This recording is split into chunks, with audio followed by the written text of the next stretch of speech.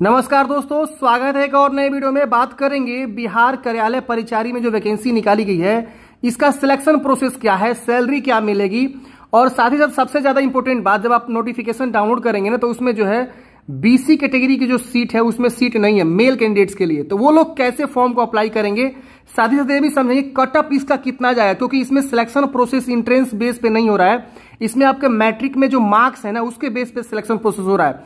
तो इसका selection process क्या होगा, सैलरी आपको कितना मिलेगी, क्या ये परमानेंट है या टेम्पोररी है, पूरी कंप्लीट इंफॉर्मेशन फ्रेंड्स इस वैकेंसी के रिगार्डिंग हम जानेंगे। पूरा फुल नोटिफिकेशन फ्रेंड्स मैं आपको बताने वाला हूं। वीडियो को फ्रेंड्स आप लास्ट तक नहीं देखते हैं, जिसकी वजह से आपको पूरी इंफॉर्मेशन नहीं समझ में आती है। तो प्लीज आपसे रिक्वेस्ट है, अगर आप ये वीडियो क्लिक किए हैं देखने के लिए तो पूरा कंप्लीट देखिएगा, तभी आपको पूरी इंफॉर्मेशन समझ में आएगी। चलिए, वीडियो अच्छा लगे तो लाइक जरूर कर दीजिएगा और अपने दोस्तों में भी जरूर शेयर कर दीजिएगा।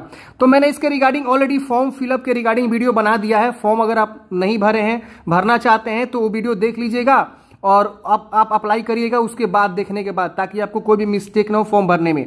चलिए, यहां से आप नोटिफिकेशन को डाउनलोड कर लेंगे, मैं इसे डाउनलोड कर लेता हूं और उसके बाद मैं आपको पूरी कंप्लीट इंफॉर्मेशन यहां पे बता दूंगा A to Z गाइडलाइंस के साथ। सबसे पहले यहां पे आप देखिए, ये जो है नोटिफिकेशन जो है जारी किया गया है 23/9 को, और इसका लास्ट डेट जो है 31 तक फॉर्म को अप्लाई कर सकते हैं। ऑनलाइन मोड में आपको फॉर्म को अप्लाई करना है। इसमें कार्यालय परिचारी के पोस्ट है। अब देखिए, कार्यालय परिचारी का पोस्ट में वर्क क्या होता है ये समझिए।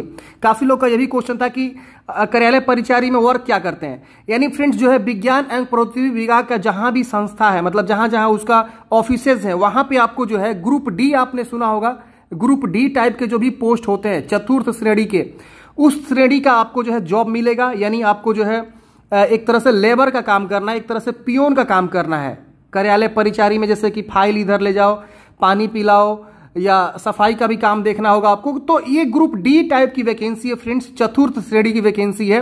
यही परिचारी का काम होता है। एक तरह से समझिए ऑफिस बॉय मल्टीपल वर्क करते हैं। कभी कभी उनको जो है लिखने के लिए भी दे दिया जाता है कि आप ये लिख के दे दीजिए हमको, ये फाइल तैयार कर दीजिए, ये पानी लेकर आइए, मिठाई लेकर आइए, चाय लेकर आइए, चाय बनाइए। मतलब ये सारे काम आपको जो है मिलते हैं इसमें। समझ में आ गया? तो आपको समझ में आ गया वर्क प्रोफाइल क्या है। अब यहां पे देखिए, सीटों की संख्या के ऊपर डिस्कस करते हैं। यहां पे आप देखेंगे अनारक्षित यानी जो है जनरल कैटेगरी में 99 है और ईडब्ल्यूएस में 24 है। यानी जो जनरल कैटेगरी होते हैं ईडब्ल्यूएस, इकोनॉमिकली वीकर सेक्शन, अब पिछड़ा वर्ग जो होता है ना, उसमें 0 सीट दिया गया है। महिलाओं के लिए भी यहां पे देखिए 0 सीट है। तो अब ये पिछड़ा वर्ग के जो भी लोग हैं वो किस तरह से फॉर्म को अप्लाई करेंगे। देखिए, बिहार में जो है यहां पे जनरल एक कैटेगरी हो गया, उसके बाद से अगला जो कैटेगरी होता है आपका ईडब्ल्यूएस कैटेगरी होता है, जिसमें आपका सीट है।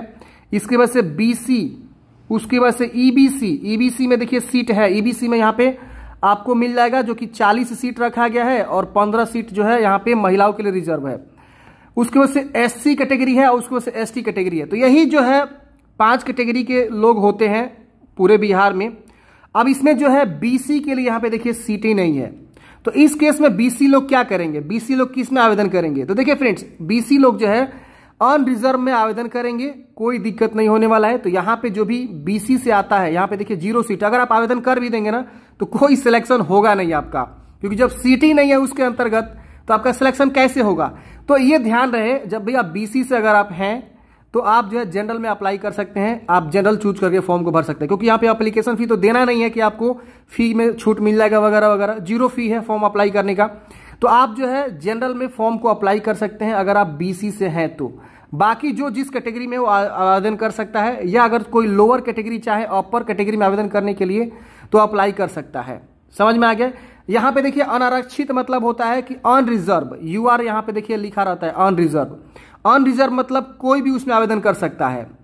जनरल के अलावा जो मान लीजिए पिछड़ा वर्ग है, अत्यंत पिछड़ा वर्ग है, अनुसूचित जाति है, अनुसूचित जनजाति है, कोई भी यहाँ पे इस वाले कैटेगरी में जो है फॉर्म को अप्लाई कर सकता है, जो कि अनरिजर्व रखा गया है उस कैटेगरी को। समझ में आ गया ना? तो ये आप अप्लाई कर सकते हैं इस वाले कैटेगरी में। अब यहाँ पे देखिए वेतनमान क्या है। वेतनमान फ्रेंड्स यहाँ पे लेवल 1 रहेगा और ये वैकेंसी परमानेंट है। आपको जो है कॉन्ट्रेक्चुअल बेसिस पे नहीं है। जब तक आपकी उम्र सीमा होती है 60 सालों की, जो आपकी उम्र सीमा होती है, मान लीजिए आप 40 पे ज्वाइन किए तो 20 साल की आपको जॉब मिलेगी। अगर मान लीजिए आप 20 साल पे ज्वाइन कर रहे हैं तो आपको 40 साल का जॉब मिलेगा। तो ये जो 60 साल की जॉब को लिमिट जो होती है गवर्नमेंट ऑफ इंडिया के द्वारा या गवर्नमेंट ऑफ बिहार के द्वारा, वही लिमिट रहने वाला है, आपको कहीं हटाया नहीं जाएगा, कॉन्ट्रेक्चुअल बेसिस पे नहीं है, ये परमानेंट वैकेंसी है। लेवल यहाँ पे 1 आपको सैलरी देखने को मिलेगा। तो देखिए लेवल 1 आप गूगल में सर्च करेंगे ना, लेवल 1 सैलरी क्या होती है 4th कर्मचारी के लिए, 4th ग्रेड के लिए, तो आपको पता चल जाएगा। इसमें जो लेवल 1 का जो सैलरी होता है फ्रेंड्स, लगभग 24,000 रुपये आपको सैलरी देखने को मिलता है, और ये हर साल वृद्धि भी होते रहता है। तो आगे चल के आपका सैलरी आप खुद देखिए ना, जो विद्यालय में परिचारी लोग हैं, जो लोग पानी पिलाने का काम करते हैं या झाड़ू पोछा काम करते हैं, विद्यालय में जो लोग होते हैं डॉक्यूमेंट्स इधर उधर से करने का काम करते हैं, उनका सैलरी कितना अच्छा है। कॉलेज का देख लीजिए या हाई स्कूल का देख लीजिए या इंटर का देख लीजिए, तो उन लोगों का सैलरी इस समय, अभी तो वो लोग मान लीजिए 50 के आसपास होंगे सपोज, तो उन लोगों का सैलरी जो है 50 प्लस होगा। तो ये सैलरी आपको रहती है, वृद्धि होती रहती है सैलरी बहुत अच्छा खासा है, आप यहाँ पे देख सकते हैं। तो सैलरी में आपको बिल्कुल टेंशन नहीं लेनी है, परमानेंट वैकेंसी है, सैलरी यहाँ पे होगी। यहाँ पे योग्यता आप समझ गए होंगे, योग्यता यहाँ पे क्या रहने वाला है, तो मैट्रिक पास केवल रहने वाला है। आप मैट्रिक पास है तो फॉर्म को अप्लाई कर सकते हैं। अब यहाँ पे समझते हैं कि आपका सिलेक्शन प्रोसेस क्या है। सबसे ज्यादा ये क्वेश्चन आ रहा है कि सिलेक्शन प्रोसेस क्या है और इसमें कटअप कितना जाएगा, ये सबसे बड़ा यहाँ पे क्वेश्चन आ रहा है फ्रेंड्स। तो इसकी जानकारी हम समझ लेते हैं। आइए यहाँ पे डायरेक्टली नीचे आते हैं। चयन की प्रक्रिया यहाँ पे आपको बताया गया है कि अभ्यर्थी के मैट्रिकुलेशन अथवा समकक्ष प्रमाण पत्र में प्राप्त अंकों के प्रतिशत के आधार पर मेधा सूची तैयार किया जाएगा। यानी जो आपके मैट्रिक में मार्क्स हैं, आपके जो परसेंटेज है, उसके बेस पे मेधा सूची बनाया जाएगा और आपका सिलेक्शन होगा। यहां पे एक चीज और बोला गया है कि अगर कोई बंदा जो है विश्व बैंक पॉलिटेक्निक शिक्षा सुदृढ़ीकरण परियोजना अंतर्गत अगर वो चतुर्थ वर्गीय कर्मी के रूप में नियोजित कर्मियों हेतु विज्ञान एवं प्रौद्योगिकी विभाग बिहार पटना के संकल्प संख्या इतना के अनुसार पूर्व संपादित सेवा के लिए 6 माह के ऊपर की कार्य अवधि को पूर्ण वर्ष मानते हुए प्रत्येक वर्ष 1% अधिकतम 5% की अधिमानता अनुमान्य होगी। देखिए फ्रेंड्स, ये वैकेंसी पहले से थी, इस तरह की एक वैकेंसी निकाली गई थी विज्ञान एवं प्रौद्योगिकी विभाग में ही। तो अगर वो इस तरह के मतलब श्रेणी में काम कर रहे हैं ऑलरेडी या काम किए थे पहले से, तो अभी वो हट चुके होंगे, मे भी वो कॉन्ट्रेक्चुअल बेसिस पे होगा। तो अगर 6 माह इससे ऊपर की अगर उन्होंने कार्य अवधि पूरा किया है, काम किया हुआ है चतुर्थ श्रेणी में, तो उनको थोड़ा सा एक्स्ट्रा छूट मिलेगा। उनको देखिए 1 अंक मिल जाएगा। अगर 1 साल काम किए हैं तो 1 अंक, 2 साल काम किए हैं तो 2 अंक, 3 साल काम किए हैं तो 3 अंक, ऐसे अधिकतम 5 अंक उनको यहाँ पे मिलेगा। यानी 5% तक उनको छूट मिलेगी। इसके लिए उनको जो है अपना जो है प्रमाण पत्र एक देना होगा। तो ये यहाँ पे छूट मिलेगा इनको। अब यहाँ पे उदाहरण से समझते हैं। मान लीजिए कोई व्यक्ति है जो विश्व बैंक पॉलिटेक्निक शिक्षा दृढ़ परियोजना अंतर्गत चतुर्थ वर्ग कर्मी के रूप में 3 वर्षों का कार्य किया है और उसके पास प्रमाण पत्र है, और साथ ही साथ बोला गया है कि उक्त अभ्यर्थी का मैट्रिकुलेशन में 60% है, तो टोटल उसका जो प्रतिशत होगा 63% होगा। समझ में आ गया। अगर आप केवल मैट्रिक के बेस पर आवेदन कर रहे हैं, क्योंकि आपके पास अगर ये नहीं है, मान लीजिए आपके पास एक्सपीरियंस नहीं है, आपने काम नहीं किया उस मतलब चतुर्थ कर्मी के नहीं है आप, तो उस केस में अगर मान लीजिए आपको 60% है तो मेधा सूची में आपको 60% दिखाया जाएगा। अगर आपका मान लीजिए 70% तो 70% दिखाया जाएगा। तो यहाँ पे समझ सकते हैं। तो जिसका सबसे ज्यादा परसेंटेज रहेगा उसी का यहाँ पे सबसे ऊपर मेरिट लिस्ट में नाम रहेगा। और बताया जा रहा है कि वैकेंसी का 3 गुना जो है ये लोग क्या करेंगे, काउंसलिंग के लिए बुलाएंगे। यानी वैकेंसी मान लीजिए 300 है तो 900 लोगों को जो है मेरिट लिस्ट बनेगा और 900 लोगों का जो है बुलाया जाएगा काउंसलिंग के लिए। यहाँ पे देखिए लिखा गया कोटिवार रिक्त पदों के अधिकतम 3 गुना अभ्यर्थियों को काउंसलिंग में बुलाया जाएगा। और काउंसलिंग में अगर आप डॉक्यूमेंटेशन वगैरह सब चीज सही करा लेते हैं, सब चीज सही है, सब चीज सही पाया जाता है, तो आपका सिलेक्शन हो जाता है। अब सबसे बड़ी बात आती है फ्रेंड्स कि आपका यहाँ पे मेरिट कितना बनेगा।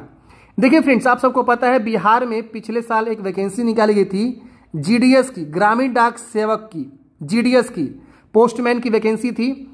इसमें जो है लगभग अच्छे खासे पोस्ट थे, 1800 से ऊपर पोस्ट थे, मुझे याद नहीं आ रहा उतना। तो इसमें जो कटअप निकला था पिछले साल का वो जो है 99% था। समझ लीजिए 99% तक जो है यहाँ पे बच्चों का यहाँ पे सिलेक्शन गया था।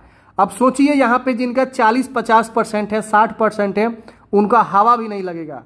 तो ध्यान दीजिएगा, मैं ये नहीं कर रहा हूँ कि आप फॉर्म मत भरिए, फॉर्म भर सकते हैं, कोई भी फी नहीं है, खुद से भर सकते हैं, मोबाइल से भर सकते हैं, भरना है तो जरूर भरिएगा। मैं आपको डीमोटिवेट नहीं कर रहा हूं, लेकिन कटअप बहुत ज्यादा हाई जाएगा क्योंकि यहाँ पे प्रतिशत के बेस पे जो है आपका सिलेक्शन होने वाला है। आपके जो मैट्रिक में मार्क्स है उसके बेस पे सिलेक्शन हो जाता है। तो सीबीएसई वालों का आप सबको पता है, सीबीएसई वालों का यहाँ पे सबसे ज़्यादा जो है कटअप रहता है सीबीएसई, तो उन लोगों का 96, 95, 80 प्लस ही रहता है। तो सबसे पहले उन्हीं लोगों का सिलेक्शन में मेरिट लिस्ट में नाम आएगा। ये जानकारी फ्रेंड्स आप देख सकते हैं जो कि यहाँ पे बताया गया है चयन प्रक्रिया के रूप में प्रतिशत के अंक पे। सरकार को यहाँ पे फ्रेंड्स जो है कि इंट्रेंस एग्जाम लेनी चाहिए। मेरे हिसाब से सरकार यहाँ पे जो है इंट्रेंस एग्जाम लेकर सिलेक्शन करती तो बेस्ट रहता, जो भी लोग तैयारी कर रहे हैं उनके लिए बेस्ट रहता, तो बहुत ही अच्छा रहता। बट यहाँ पे प्रतिशत के आधार पर जो है ये लोग मेधा सूची तैयार कर रहे हैं, जो कहीं ना कहीं सरासर गलत बात है, क्योंकि यहाँ पे जो मेरिट बनेगा वो हमको लग रहा है केवल सीबीएसई वालों का ही बन जाएगा। बिहार बोर्ड से आपको पता है ना, सबसे जो अच्छा जो टॉपर होता है कितना परसेंट रहता है, तो 95% के आसपास रहता है। अब इसी से आप अंदाजा लगा सकते हैं टॉप बिहार के जो टॉपर है ना उनका भी सिलेक्शन यहाँ पे नहीं होने वाला है। इतना आप समझ के चलिए अगर आप फॉर्म भरना चाहते हैं जरूर फॉर्म भरिएगा। मेरा ये ओपिनियन था, आप क्या कहना है आप कमेंट बॉक्स में अपनी जो है लिख सकते हैं अपनी बातों को। और किसी नए वीडियो के साथ मिलते हैं। वीडियो अच्छा लगा हो तो वीडियो को लाइक जरूर करिएगा। Thank you for watching friends. जय हिंद।